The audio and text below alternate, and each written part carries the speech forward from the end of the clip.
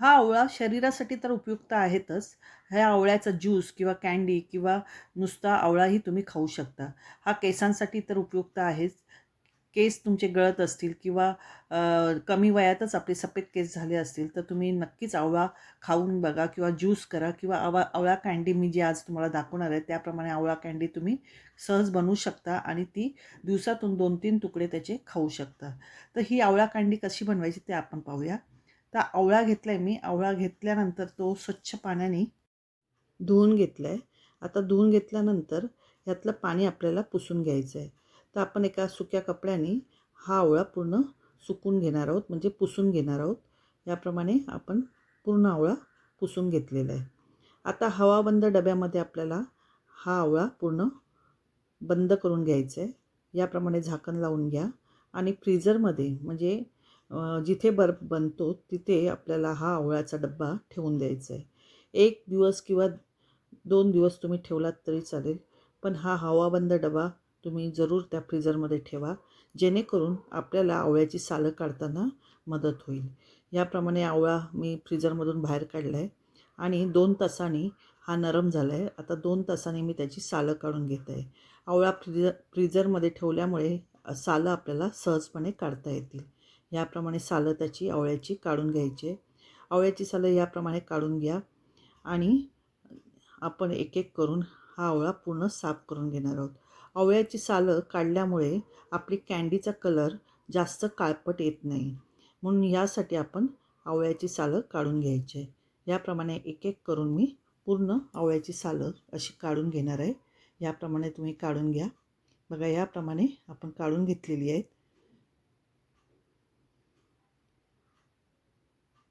आता मी ही बघा ही सालं आपण वेगळी साईडला काढून घेतली आहेत. आता ह्या आवळ्याला आपण वाफवून घ्यायचं आहे. वाफवून घ्यायचं आहे म्हणजे फक्त कढईमध्ये आपण चाळणीवरती हे आवळे 1 मिनिटासाठीच ठेवायचे आहेत. ह्याला शिजवायचं नाही आहे.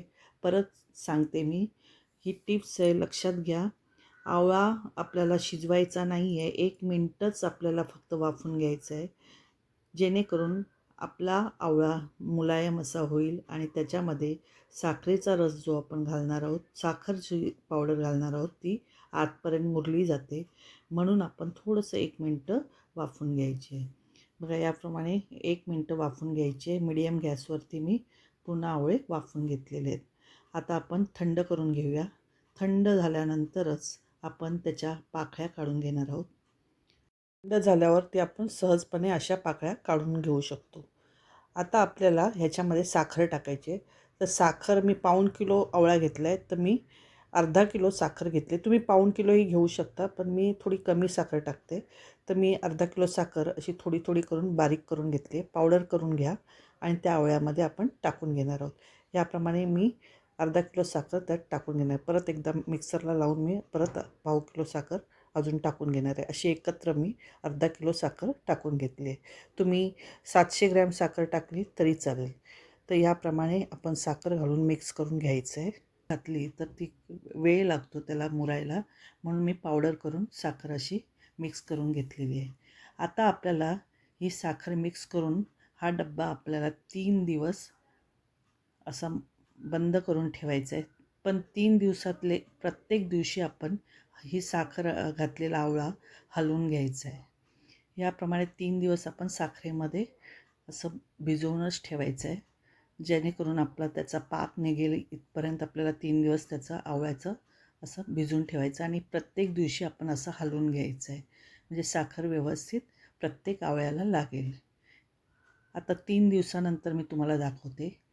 आता मी गाळून घेतलेलं आहे आणि त्याचा असा ज्यूस साखरेचा पाक असा तयार झालेला आहे. हा आपण ज्यूस म्हणून पाण्यामध्ये मिक्स करून तुम्ही आवळा ज्यूस पिऊ शकता. त्याच्यामध्ये लिंबू आणि मीठ घालून तुम्ही हा आवळा ज्यूस पिऊ शकता.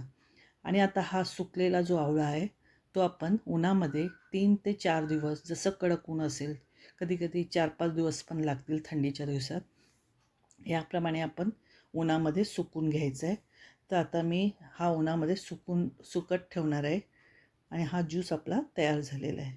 हा ज्यूस तुम्ही 2-3 चमचे एका ग्लासामध्ये थोडंसं पाणी घालून तुम्ही हा ज्यूस पिऊ शकता. त्यामध्ये लिंबू पिळून किंवा तुम्ही मीठ वगैरे घालून तुम्ही हा ज्यूस पिऊ शकता. तर असा हा सुकलेला आवळा कँडी आपली तयार झालेली आहे. तर आपण याला सुकून घेऊया. तर आता आपल्याला 4-5 दिवस उन्हामध्ये सुकून घ्यायचं आहे. याप्रमाणे आपण पसरून 4-5 दिवसानंतर मी तुम्हाला दाखवते आपली आवळा कँडी कशी तयार झाली आहे. याप्रमाणे आपली आवळा कँडी तयार झालेली आहे. नक्कीच तुम्हाला ही रेसिपी आवडेल. तुम्ही नक्की ट्राय करा. आता बाजारात आवळा खूप मिळतो. तर आपण ही आवळा कँडी सहजपणे बनवू शकता. तुम्हाला कशी वाटली माझी रेसिपी? जर आवडली असेल तर प्लीज मला लाईक, शेअर, सबस्क्राईब करा. नमस्कार.